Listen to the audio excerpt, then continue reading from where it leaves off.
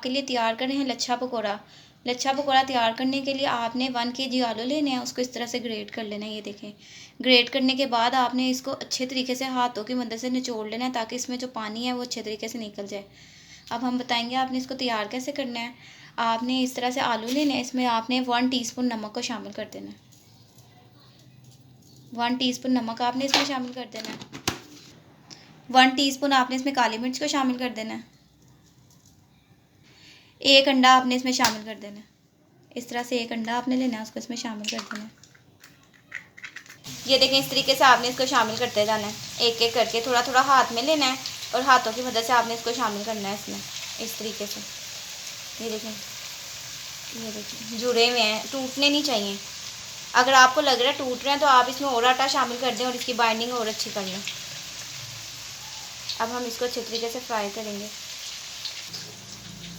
ये देखें, इस तरह से आपने तमाम पकौड़ों को इसमें शामिल कर देना है। अब उतनी देर तक पकाएंगे कि इसमें प्यारा सा गोल्डन कलर आ जाए। ये देखें, इस तरह से जब इसमें प्यारा सा गोल्डन कलर आ जाएगा, ये देखें हम आपको कलर दिखाते हैं। देखें, इस तरह से जब इसमें कलर आ जाएगा अब हम इसको निकाल लेंगे। और ये देखिए कितने क्रिस्पी और मज़े के तैयार हुए हैं। इस तरीके से आपने इसको तैयार करना है। लच्छा पकौड़ा हम आज आपके लिए तैयार कर रहे हैं।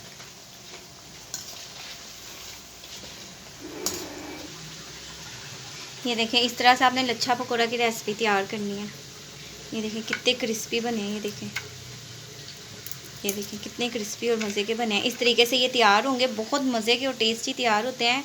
आपने रमज़ान में इसको ज़रूर ट्राई करना है और हमें ज़रूर बताना है कि आपको हमारी लच्छा पकौड़ा की रेसिपी कैसी लगी।